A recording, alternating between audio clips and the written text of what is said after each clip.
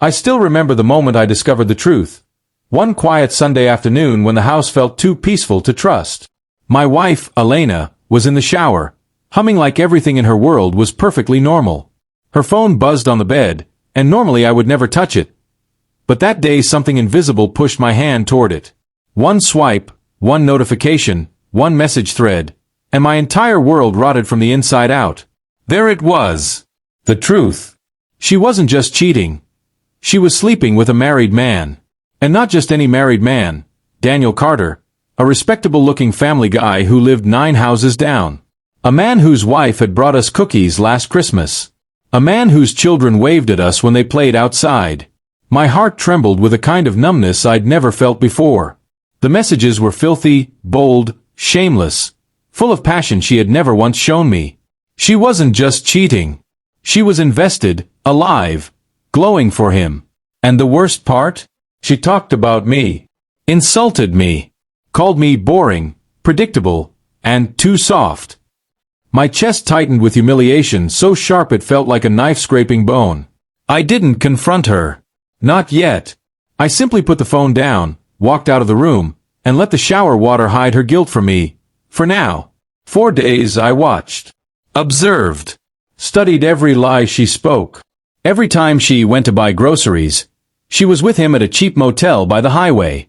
Every time she said she needed time to herself, she was in his truck, touching him the way she used to touch me years ago. I became a ghost living inside my own marriage, floating through rooms while my heart decayed. But the worst part wasn't the betrayal. It was the knowledge of who she had betrayed me with. Because Daniel wasn't just a cheater, he was a coward. And his family loved him too much to ever suspect what he was doing. And one night, I realized something chilling. His wife deserved to know. His children deserved to know.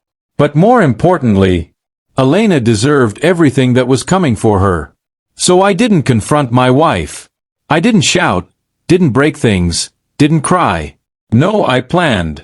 Quietly, carefully, with a calmness so cold it scared even me. My revenge didn't start with anger. It started with strategy. The first step was simple.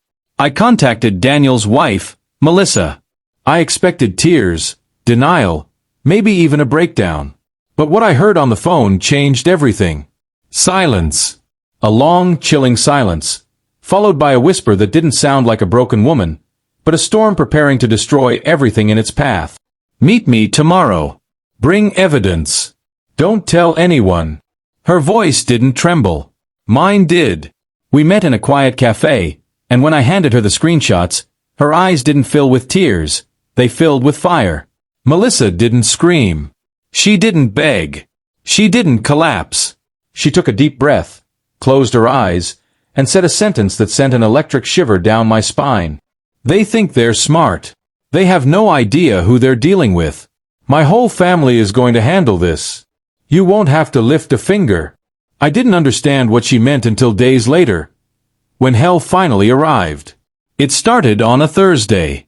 A normal, sunny, cheerful afternoon where kids were riding bikes and neighbors were gardening. Then suddenly, 3 black SUVs rolled onto our street. Silent, slow, deliberate. Melissa's family stepped out like they'd walked out of a courtroom drama. Her brothers, her cousins, her father, all stone-faced, all furious, and all carrying something that looked like controlled, precise rage. They weren't here to talk. They weren't here to fight. They were here to expose. They walked straight to Daniel's house and pounded on the door. When Daniel opened it, wearing that fake smile he always had, Melissa's father held up the printed screenshots and said loudly enough for the entire block to hear, "You cheated on my daughter with the woman 9 houses down. Bring her outside. Now." Every neighbor froze.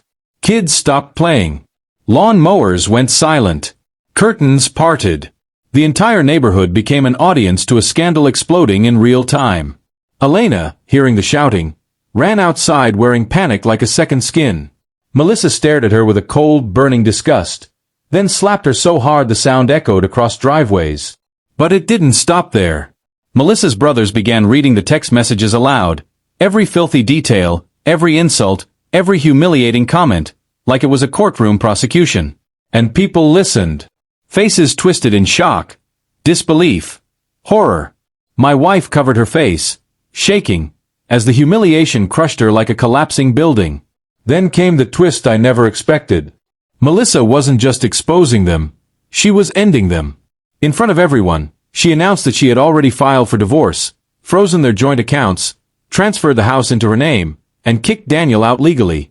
She had spent the past week preparing everything behind the scenes. Daniel's face collapsed in disbelief, turning pale as chalk. My wife tried to run to me, crying, trembling, but I stepped back like she was poison. And then Melissa turned to me. She touched my shoulder, gave me a small nod, and whispered loud enough for the crowd to hear. "You didn't deserve any of this. But she does. And now she's yours to deal with." The entire neighborhood watched as my wife broke into a sobbing, desperate mess, begging me not to leave her. But after weeks of planning, after seeing the truth of who she really was, I felt nothing but icy calm. I didn't shout. I didn't curse. I simply handed her the divorce papers I had already signed. "You destroyed us," I said quietly. "Now watch how I rebuild myself without you." And with the entire street watching, I turned around and walked back home, alone, but free. Behind me, my wife collapsed on the pavement, screaming my name. Daniel stood silently, everything he had lost crashing down on him. And Melissa? She walked away with her head held high, her family surrounding her like an army that had just won a war. That day, the neighborhood would never forget the sight.